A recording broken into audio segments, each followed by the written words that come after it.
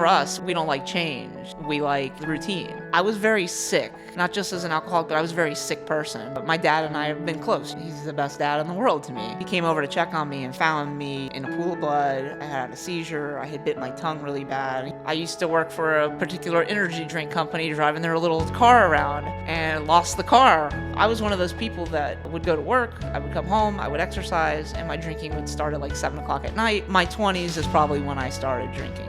I probably drank like everybody else, but more. I would have drank if I could have done it in my sleep. When I walk into the doors of that building, whatever room, I don't care what room it is, you hear laughter. My idea of sobriety, I thought that I was gonna be this miserable, talking about my past and how terrible it was, and I knew that there was something that those people had that I wanted. A lot of the things that I learned in halfway, I'm just being accountable again, because I wasn't accountable to anybody. You know what I have today? I can sleep at night. I have peace. You learn how to be a better friend. You learn how to show up for people because people show up for you and they teach you these things. And it's this amazing world. Green lights and blue skies are on their way. Yeah, they're on their way.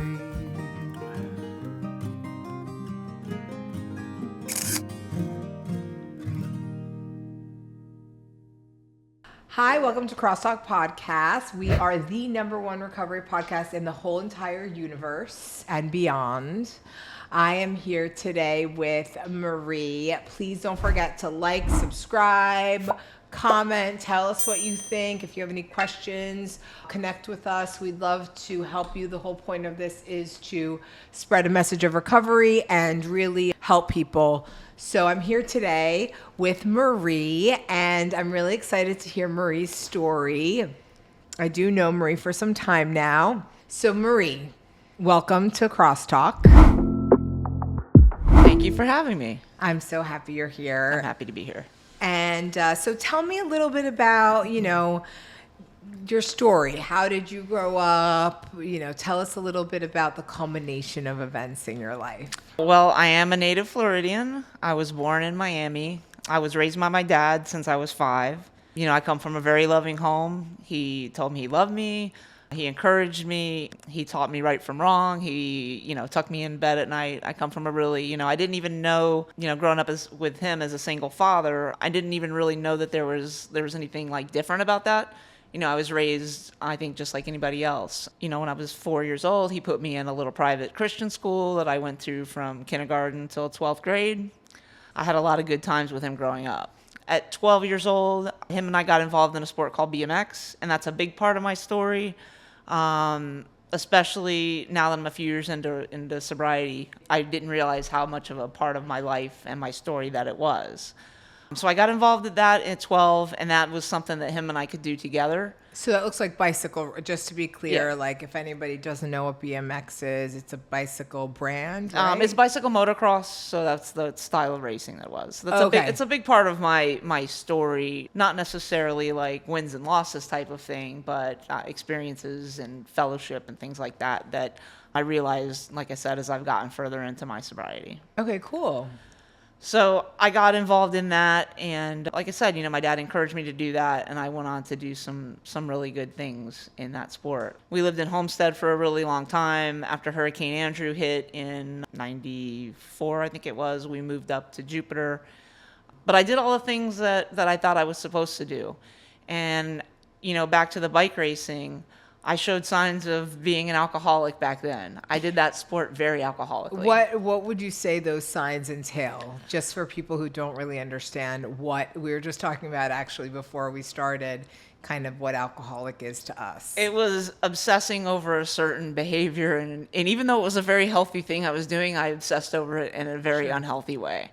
Sure. If I wasn't riding my bike, I was cleaning my bike. If I wasn't racing, I was, looking through magazines. Anything that I could do to get better on that bike is what I did. I did that very alcoholically. It was everything was about it. Mm-hmm. So Wasn't that normal though for a competitive sports player though to make it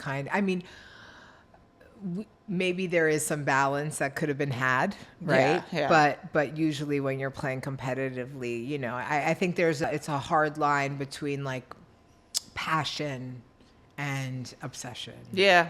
I mean, it probably was. I was probably dancing the line quite a bit. Yeah. But I did do it very alcoholically, and it was it was what drinking became to me. You know, that was my whole life for a very long time. And then towards the end of my drinking career, drinking became my life. It became everything that I obsessed about. So, you know, I did that. And then I did, you know, as I grew out of that sport, I just got older and retired. You know, during that time, I did all the things that I thought you were supposed to do. You know, I went to college, I got a job, I got the house, I got the car. You know, I did all the things that I thought you were supposed to do. And even drinking wasn't really a problem when I was doing the biking, but I still did it more than everybody else. So growing up, did you drink in middle school? Like, when was the first drink? Like, when did that happen? I think I didn't even really start drinking until 20 or 21. Okay. But I credit the bike racing with keeping me out of trouble, because if I did not, you know, do well in school, or if I was getting in trouble, I couldn't go to my competition. You know, I couldn't compete. And that's the thing I love the most. So I stayed out of trouble. And, you know, I was hanging with athletes. I was hanging with other common, you know, people that had a common interest. And so we weren't necessarily getting into trouble and doing things like that. So my 20s is probably when I started drinking. But at that point, I probably drank like everybody else, but more. It wasn't really a problem until much later in life. Okay, so you are biking, and then when or you know, racing, I should say, and when do you stop doing that?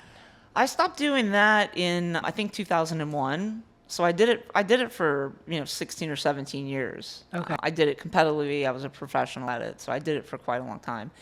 And the drinking, I don't think it really even got bad like when I quit, but all that stuff that I did, you know, associated with that kind of went away. I just got away from all of it, and the drinking became more and more.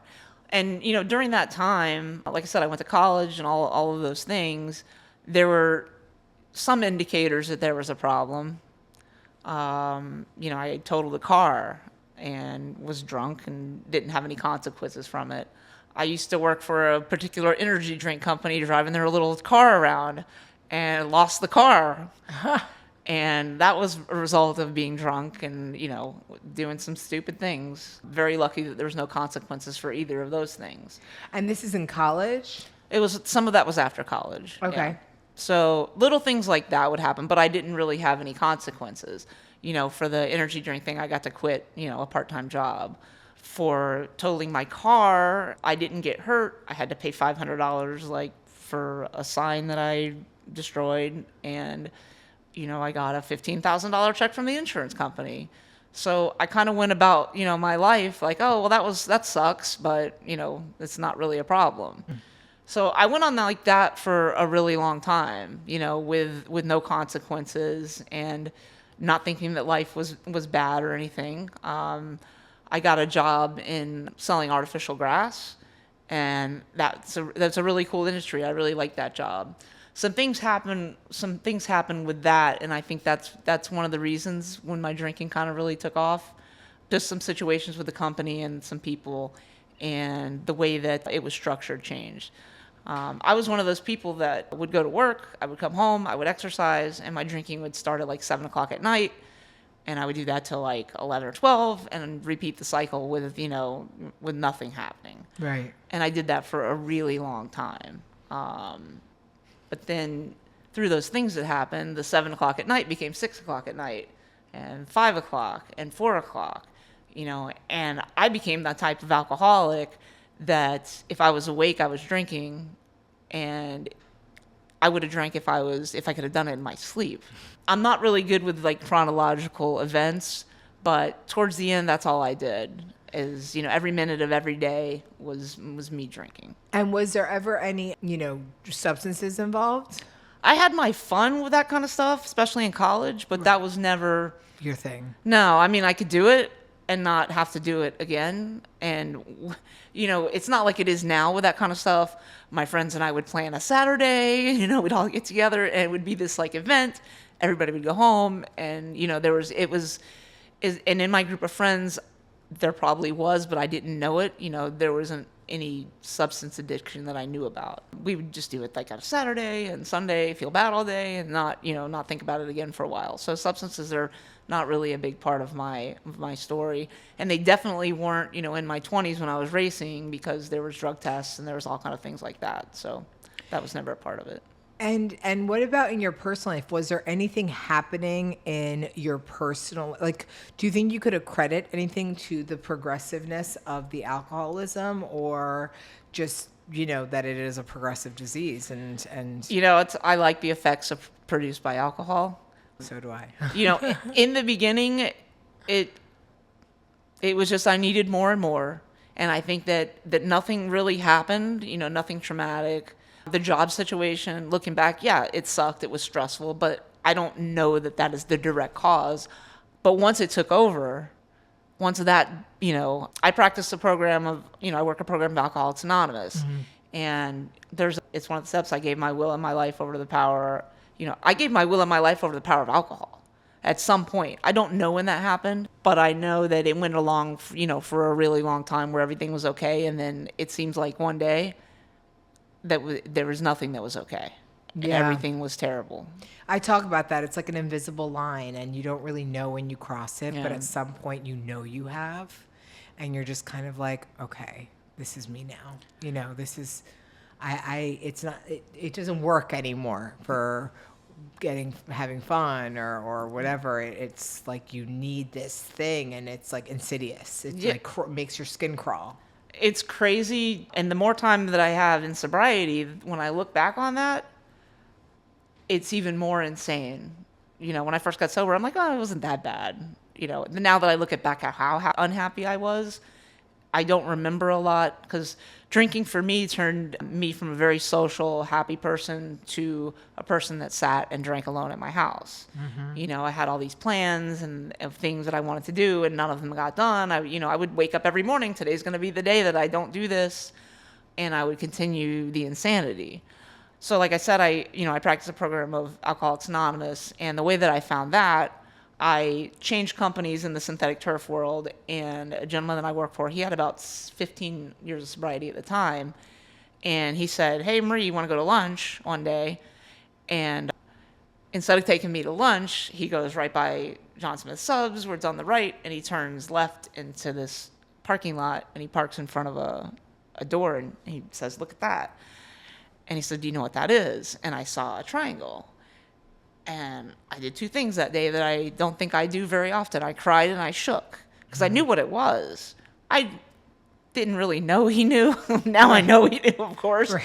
But it was like the gig is up. I mean, even though I didn't know that anything was going to be okay or what was going to happen, it was like this pressure that was on, the weight of the world was on my shoulders, right? I was able to just be like, breathe a little bit easier. Mm-hmm. And I went into that meeting, and I heard people talk. I don't remember a lot about it, because it was a lot. But I heard people talk, and they were talking like I understood things. You were relating. I was relating like a lot, because my impression of what AA was, or what people that worked any kind of program was way different than what I realized reality was. Mm-hmm. I'd like to say that worked, and it did for a little bit. But, I had to go out and, they say, experiment more, and things had to get worse. Mm. For me, the things getting worse were, like I said, I, self-isolated and drank at home. I had quite an extensive aluminum beer can collection, because that was my drink of choice. And I knew it was bad. And I was sober about 2 years, and my brother, who ended up cleaning up my house, sent me a video of how bad it was. And it was kind of like Hoarders meets Intervention. Okay. There was pathways of where I could walk, and the rest of the house was covered in stacks and stacks and stacks of beer cans. Wow. And out of everything out there, I don't know how I ended up on beer in cans, but I did, and that was where that took me. It's funny how, it seems like a common thread when I talk to people that we don't seem to throw away our containers. Like me too. Like the last few months, I was like collecting wine bottles, beer, there's everything. It was like surrounding me in a room, you know? And it's just funny, like, why didn't we just take out the trash? Like, why? But, I would start to. yeah, you would. Okay. See that? You're better than I am. So my dad was an alcoholic. He stopped 20 years ago on his own. Okay. But and my dad was a very functioning alcoholic. He had his own business. He had, he never missed a day of work. Really, really, a functioning alcoholic. And I didn't realize till I got sober and started going through these things. I drank just like my dad did. He would work in the garage and things, and he would stack up his little beer cans. At the end of the day, he would take them to the trash and throw them out. Mm-hmm. I would do the same thing, and I would throw them out a long time. But then at some point, the 1 days that I would drink turned into 2 days and take them out. At some point that stopped. Right. And there, you could see on the video that my brother sent me where there's all this chaos and there's these black garbage bags. And I would try to take things out. I would start loading it up and I would just probably be sweaty and couldn't do it. And I would just leave them because I'd be like, there's too many. It would become, daunting. It would become daunting. And I remember I would buy the black trash bags because I could take them out and nobody would know what was in them. So, there was a whole method to the madness apparently. But then my brother opens up the washer and dryer and there's beer cans in there. They're in the microwave. They're in the dishwasher. I have a friend who put them in suitcases. And I lived in New York City where we had a shoot, right? So no one would even, not that I cared. I was like that person that's loyal to the same liquor store because I wanted to be loyal to my liquor store. Other people are like, I was too embarrassed, so I would go from liquor store to liquor. No, not me. I was like, I need to be loyal to my liquor store. I was, they would just look at me and I didn't think they would look, I never even fathomed that they were judging me. I was just like, whatever. I was loyal to about 3 of them. Okay, yeah. But then I would find myself, like, whatever time, the Walgreens was the closest to me. I forget what time they opened. Walgreens sells liquor? Well, they have a little one next door, I guess. But I would find myself sick, sitting in the parking lot, and just drinking for, like, hours because I couldn't leave. And then I would see people functioning about their normal day at 9 a.m., coming out of there with a Diet Coke. I'm like, how the hell are they drinking a Diet Coke? It's 9 o'clock in the morning. Like, what are they doing? Why are they happy? Why are they smiling? They're going to work. Like, how are they doing that? Right. And here I am, like, in a miserable spot. Yeah. I would go out if I went out with friends, I would cut it short and I would only drink a little bit because I had to go home so I could really drink. And it just was that cycle. I remember one time I went to Orlando to go to Disney with friends like we do every year. And I couldn't wait to leave there to drive all the way home so I could drink. Like, it's just insanity that we do. Yeah. You can't even enjoy the moment. It's sad because, I would have had a good time. But, the whole time I'm thinking, like, man, I got to leave at this time, and just all the things that I did. Like, there's no alcohol at Disney? I think I had told them I wasn't drinking. I don't remember exactly, but I think I probably told them, oh, no, I'm sober for a little while. Oh, that's good. There was never anything that happened with that group of friends or anything, but they knew that I could drink and I liked to drink, but they couldn't have fathomed that I was sitting at home in the mess that I was sitting in. Right. From Facebook and outward appearances, everything was great. Isn't that always the case? Oh my God, my life looks so great on Facebook. Yeah. Now it looks great, it actually is, but... Right. It's so funny because I always say, like, people are always doing things. I just want to sometimes, like, get into bed and everyone's always busy. And people are like, yeah, no, that's not really what they're doing. No. So it's so funny. But so tell me more about, just how you were living. I guess no dinner parties. Well, here's the thing. When my dad, we lived in Jupiter and then he had to downsize. The way Jupiter is, my neighborhood butted up to his new neighborhood by a fence. So he would say, oh, I'm going to come over for this. I'm like, no, I'll just meet you at the fence. So for like a year, he didn't have to come over to my house. I would always make an excuse to go there. And then in my house, it started upstairs. So I could still have people over. They just couldn't go upstairs. Okay. And I think it started in like the bedroom. Then you could see the progression. It was in my bedroom. I'd go to the spare bedroom. Then it was in one of my favorite spots was the stairs. Like the landing of the stairs. Okay. and I would sit there Indian style and probably play Candy Crush all day. Oh my God, I did that too. Yeah, like why? I don't know. Candy Crush was the thing. I can't. It's funny because I did play it in early recovery, but now I don't play it anymore. Now I played at the gym on the stairs to kill time, I play something else. Yeah, but I'm sitting there Indian style. I didn't have running water for a couple months, but where I lived every day I could turn the faucet on for a little bit and either get a shower or whatever. Like, that is insanity. Yeah.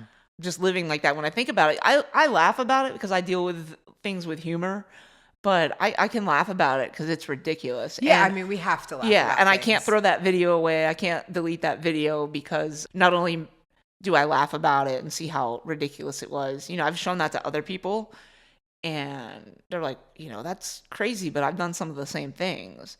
And, when I started going to AA and I shared about that particular thing, the meeting that I found that I liked, somebody came up to me afterwards and I had just shared something that was super personal and embarrassing. And he's like, hey, how much money did you get when they came to do the recycling? And I'm like, all right, these are my people. Like, they can make a humorous situation out of something absolutely terrible. Terrible to me. Right. But, I found a lot of relief in that. It's people that when I talk about something like that I don't feel like, oh man, I got to hide that. I can laugh about it because people have been there. And even if they hadn't been exactly there, they've been somewhere where they can be like, oh yeah, I've been there. Yeah. So that's been a really cool aspect about it. For sure. I mean, I don't know. I think that it's so funny how like we think we're the only ones. And then we realize that so many other people either share a story similar or share in the pain of it. Yeah. Maybe not the exact same story, but like they felt the same way or it was unmanageable in some other way. My life was completely unmanageable. I had I think a whole pile of clothes in a bathtub, that like it turned into a mountain. My mom was like, I threw them away. I was, gave them away or something, and I was like, what? I was like, those were my clothes. She's like, no, I'm not going through your things. Like, I donated them. I was like, oh my God, no, but my life was so unmanageable. I couldn't do laundry. I couldn't do anything. Yeah, I couldn't do anything. And then, the way, like I said, I was in Jupiter and how I ended up in Delray is that my dad and I have been close. He's the best dad in the world to me. We had a very good relationship. Every Sunday we would talk about football. And on one particular Sunday, I just didn't pick up the phone all day. And and that's totally not normal, even though no matter what, I would pick up the phone because I knew if I could get him, just make him, get rid of him and I'd have my whatever. He came over to check on me and found me in the doorway in a pool of blood. I had a seizure. I had bit my tongue really bad. And he had to call 911. And the craziest part of that story for me is I think that, it sucked that he had to find me like that, but he hadn't seen my house. So not only did he have to call the ambulance for his daughter that he definitely didn't know drank like that, he had to go into my house and see what I was living in. Oh God, okay. And that's still terrible, So I ended up in St. Mary's in West Palm for 4 days. And my brother, who's younger than me, but also one of us who had been to Delray and got treatment and worked in treatment, he picked me up from the hospital and he said, I got a place I want to take you. So my brother, who's also one of us, picked me up from the hospital and he said, I got a place I want to take you. Will you go? And I had been in St. Mary's for 4 days. They didn't tell me much of what was going on there. When I had the seizure, I bit my tongue on both sides. I couldn't really talk. I was very sick, not just as an alcoholic, but I was a very sick person. I was bloated. I had hit my head. There was just a lot going on, and I knew I wanted to get out of there, and my brother could have taken me anywhere, but I said, yeah, whatever. So he brings me to Delray. He had gone to a treatment center. He got me scholarshiped into there, and he put me in a halfway house. And I had lived alone for 10 years, and suddenly here I am living in, a halfway house with 6 other girls half my age. Oh my God, I know that. Yeah, I came in and he had packed some stuff. I had one pair of underwear, just one little trash bag or a Publix bag. And my car had been repossessed, so we had to go to Orlando to get it. So sorry, the treatment center you went to, That was, you didn't have to live in, it wasn't residential?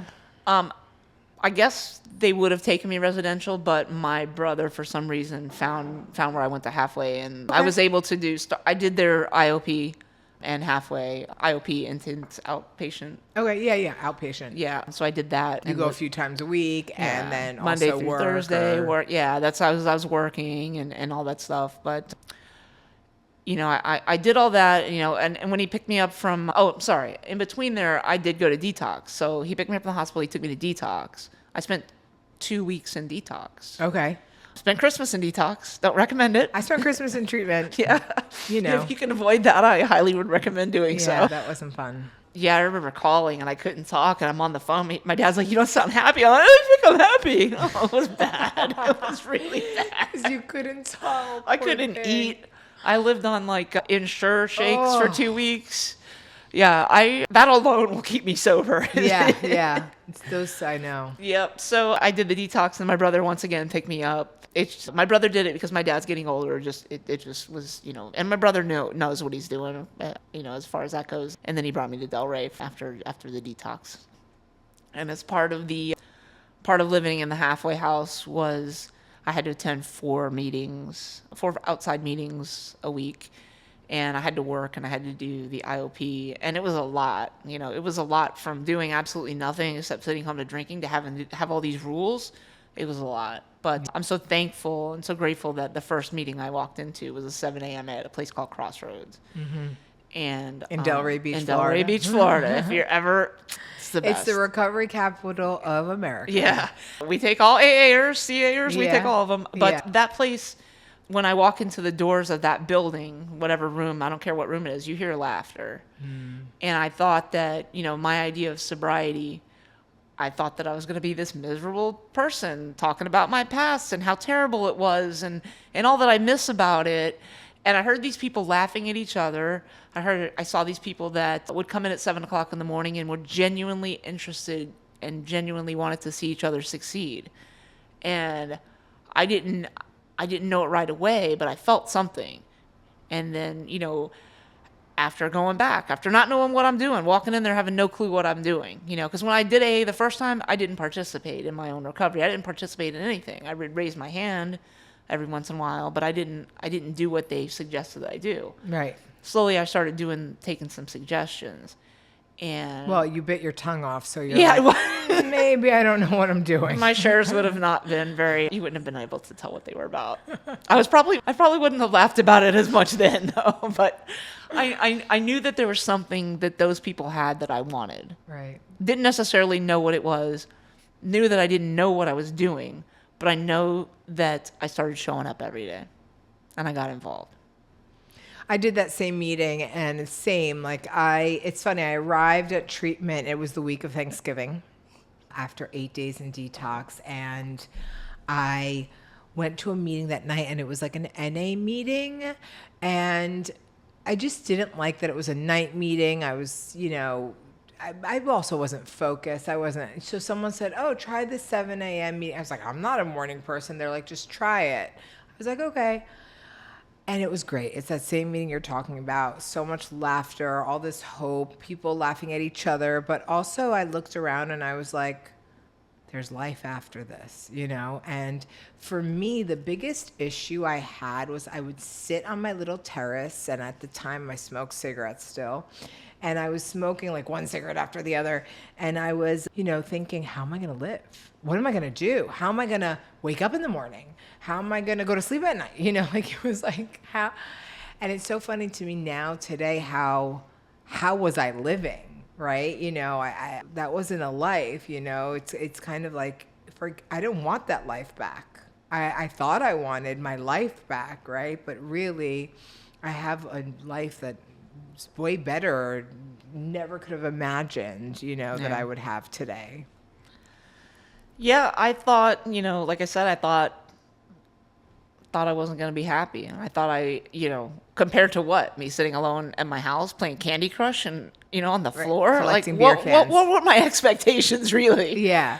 But, yeah. So early recovery looked like intensive outpatient, which means like going to group therapy, right? Multiple times a week. Yeah.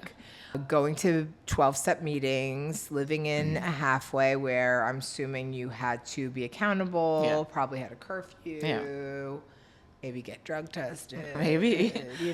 that type of stuff. And so it's a lot of like accountability and I guess rules or suggestions, however you want to say it. But now, what does it look like now? So like, what is life like for you now? Paint us a picture of, how you've moved through that recovery through the years.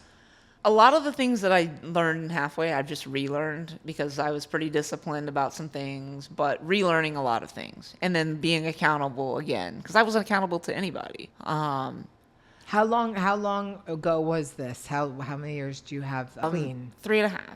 3.5. So yeah, I'm coming up on December will be 4. Everything Okay. goes as planned. Yes. But yeah, so and now it's crazy. Like I'm not one of those people that's going to tell you my life's like better than my wildest dreams because those involve like a yacht and some private island, But what I have today is I can sleep at night.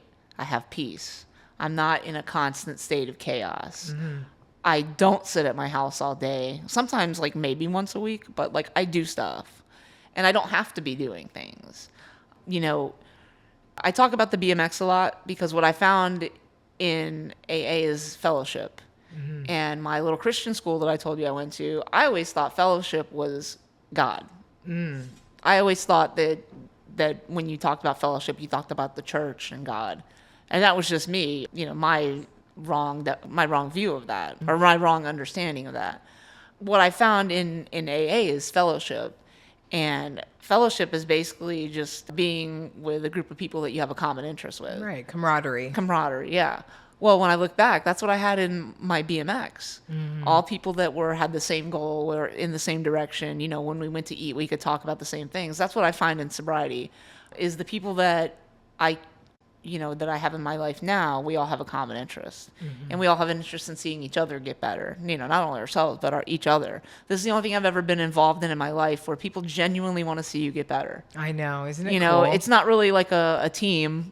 We're all one team. And it's really cool. Somebody gets up there and celebrates their 30 days, 60 days. When we clap, we genuinely know because we got up there and got that, that same chip. Or you had to go up there and, humble yourself a little bit and start from the bottom. So, they genuinely want to see you succeed.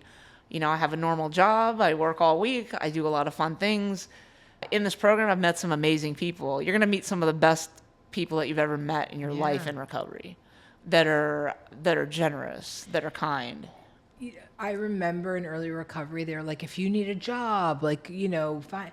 They're truly a group of people that, want to help people, want to see people succeed. And I always say it's a place where, you and I are not best friends, right? We don't hang out all the time, but I know I can call you anytime. And not only will you be there for me, but you'll talk to me. You'll probably say, let's go out to eat or let's go to a meeting or let's go do something, and that happened to me actually at 3 years sober. And I talk about it, how, I wanted to relapse. And I remember I called Janet, Cindy, all these people. And I was like, I don't know who this woman is. I couldn't even tell you if you put her in a lineup, what she looked like, but she answered the phone. She spoke to me and I didn't relapse that day. I didn't pick up because those women answer the phone. And that's what's so cool about this program. What you talk about, is just it's deeper than friendship. Yeah. It's and like you learn how to be a better friend. You learn how to show up for people because people show up for you and they teach you these things. Mm-hmm. And that's what I learned in meetings. I saw how people treat each other and I saw, the joy they get from doing it and the joy they can bring other people. Right. And it's people, there's people that'll pick up the phone and do anything for you. And it's pretty crazy because, there's bad eggs everywhere, right? But most of these people want to help you without any strings attached. Yeah, and of course. It's really cool. Like I said, I work, I get to do a lot of fun things. I was at game 1 of the Panthers playoffs at center ice from somebody I know in the program. Awesome. That is a pretty cool thing. Right. So like for me, sobriety looks a lot like that. It's a lot of fun things. I don't sit around, and mope all the time. I have a lot of people that I get to do cool things with. Okay. And you said you also, I from our pre-conversation, you also meditate. I do meditate. That's probably in the last 6 to 8 months. That's been like a thing that I have started doing. It's really been cool. I started out with like 3 minutes. I'm up to 6 now. So I'm a big advocate for meditation. I talk about it all the time. I'm like, I feel like it's my medication. I feel like it's my God. I feel like it's my everything. I love meditating. I also started with 1 minute, and the whole time I was like, like, what am I doing? But I also am going to throw you under the bus because you told me that you're being inducted to the Hall of Fame in Florida tell us about it. I don't want to say it. So I was pretty good at it. So next weekend I'm going to get inducted into the BMX Hall of Fame in Florida. So that's pretty cool. That is so cool. I'm happy that my alcoholism did not ruin like that for me. But it's really cool. So I'm going to get to. But the thing with that is I'm going to get to see people that I haven't seen in like 20 years. Which is going to be cool. And they never saw you as an alcoholic. No, right? They definitely knew you could drink and Marie could hold her liquor, but it definitely not picturing me in my house like I was. So it's going to be cool. And it wasn't till I hit the 2-year mark that I actually made kind of any like general posts on Facebook or anything. And I have lots of friends through, still in that sport, just through Facebook and social media. Okay. And I made a post at 2 years, and it was hundreds of comments and hundreds of people like, oh, I didn't know, me too, I'm sober this many years, and it was a really cool thing. That's awesome. Yeah. I love that. It's so cool to find those people that you were like, of course. I had no clue, like, oh, didn't know about you. Yeah. Right. And of course you would find people like that because there's so many of us. Yeah, we're everywhere. We're everywhere. And for better or for worse, this is a huge problem across America, and so many people suffer in silence. And I think, not to get so serious, but like the whole point of this podcast is to, what's the word? There's a stigma. We want to get rid of that stigma and have people understand that, like, yes, there's like the mental health issues, but then there's also this, which is like a disease. Some people don't do this because they want to. They do it because they need to. They have to. They feel this compulsion. That's part of their genetic makeup. Mm-hmm. Whether or not you believe that, I've seen it. It's true. And it's just amazing that there's a place for us to go and help each other. Yeah. And, I thought like I'd never go to a concert again, or I'd never go to these things. And just last year I went to a concert at the West Palm Beach Amphitheater, whatever it's called now, and I went with a group of like 2 sober friends. We met some more sober friends there. One little pod in like the lawn section. There's like 30 or 40,000 people there or something like that. So we had our little group. Right behind that was another group of sober people that one of us knew each of them. So out of all these people, independently, there's 2 little towels, spots where we're like sober people. So we're all over the place. Yeah. And it was cool because there's all this chaos going on, and there's, obviously drinking and smoking weed and all this stuff, but you're like, all right, there's some of us here, and we're everywhere, and that's kind of comforting to know too. Yeah, and in early sobriety, you think you'll never be able to be around a glass of wine or never be able to be around a joint. Like, and I have friends who are normies, and I don't want them to not drink around me. I don't want them to not. Right. Please, like, if you can do it, I just can't, like, how to have a joint and go to work. I go to work and have a joint, you know what I mean? Like, I can't go to work without a joint type of thing. Now, that doesn't mean that I'm not in Publix and the guy behind me's buying like 1 beer or 6-pack. And I'm like, what are you going to do with a 6-pack? Right. Like, is that going to get you to your car? Like, I still think. Me too. This one. But I pick up the phone and I call somebody and everything's fine. We laugh about it. It's funny you say that because I'm coming up on, it'll be 8 years. Wow. In a few months. Okay. And like, I can't believe that. But I think about things sometimes, but like, I really don't have these urges. And recently I was in like an hour and a half of like really bad traffic, and it was hot. And I arrived at my destination, and I was annoyed. Like, Florida drivers are annoying. And I got there, and and I've quit smoking too, right? All nicotine, all everything. And I see this guy, and he is like in this beautiful glass, right? Red wine, not in one of those gross like bar glasses, like in one of those like at-home glasses, like the super nice ones, long stem and everything. And he's drinking red wine, and he had a pack of cigarettes, and I just saw the red wine and the pack of cigarettes, and I go, I want both of those right now. Like, I don't know what I wanted more. I think I wanted the cigarettes more than the wine, actually. And of course, then the first thing I do is call someone and my sponsor, and then I called a friend, and it went away after a minute, but like, I was like, oh, that's still there, it doesn't really go away. And whoever really says it does, I don't know if you're being honest with yourself, but it was the strongest I've ever felt it in 8 years. Our disease tells us it's okay, yeah. Oh yeah, you're right. Oh, of course, and then I'm rationalizing. I'm like, maybe now that I believe in God, like, I think I could have it, or maybe now that I'm like spiritual, or maybe now that I know how to cope with things better. Yeah. I mean, like 1,000,001 thoughts, and then like I can't do that. Yeah. For me, it was a good day. Yeah. I wasn't working in my current job. I was working another job, and we worked on a Saturday, which we never do, but it was like extra, and it was overtime, and we built some things, and it was at a bicycle thing. And I was driving home. I'm like, man, it would really be nice, because I felt like I worked hard. I just, so it was a good day that, it tells me it's okay on a good day. Right. So, I mean, that's it, right? We want to drink when we're happy. We want to drink when we're sad. Yeah, it's not fair. But it gets better, I think. And, those are few and far between those days, because really, I never think about it. It's really incredible how little it comes. I mean, we talk about it. I do this podcast. I go to meetings. And even when I'm not going to meetings and I'm just like, I'm still in the community, I'm at my treatment center volunteering or working with women or, whatever that may look like. And, it's funny how my first thought on bad days is not normally that. I mean, that's a one time and like, oh, I don't even know, the percentage is so low, but anyway, I mean, it's incredible to see you and to see like how far you've come, and it's just amazing what this program has done for all of us, It really is crazy. Yeah. I think, and I told you, I went to that 7 a.m. meeting every day. And then with my new job, I start at 6:30 in the morning, so I don't get to go to it every day. And, for us, we don't like change, we like, the routine.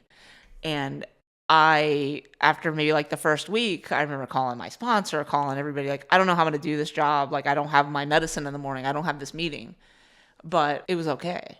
Mm-hmm. And, now that I'm 3.5 years into recovery, like, I don't go to as many meetings as I did, but I do other things to stay involved, to stay involved in what got me here. And that's the people, and that's the fellowship, and that's staying connected, and that's feeling like I'm a part of something bigger than myself. And it's this amazing world. And it ebbs and flows. I mean, I'm telling you, I've been through times of like not so many meetings and back to so many meetings, and it's just like it ebbs and flows, and it's okay. And and it's so funny because like recently I've been having these bad migraines, and my boyfriend was like, do you think we'll ever get back to 100%? Because he wasn't feeling well, I wasn't feeling well. And I was like, I don't really think there's 100% anymore. I was like, I feel like it's this wave that I'm on, and like, I'm just going to go with the flow. Like, there's good days, there's bad days, but like, I'm on it.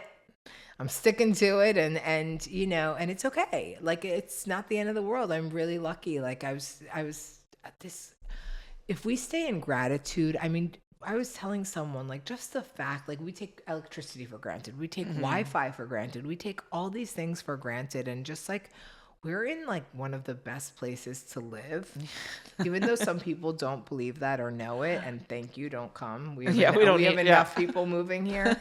But it's like really amazing. And we're just so lucky. Yeah. So, okay. I do want to ask one question. So if you could go back in time and tell your younger self, you can choose the age, what would you tell your younger self? Probably that you can do anything you put your mind to. I think that's it. Because like once I put my mind to staying sober, and that was what I wanted to do, it became easy. Yeah. Easier. It became easier. But yeah, definitely you can do anything you want to do. I love that. That's awesome. Is there anything else you want to tell us? Probably 1,000 things, but I can't think of them now. Well, we'll have you back. All right, cool. Well, thank you so much for coming, and let's hug it out. Thank you for having me.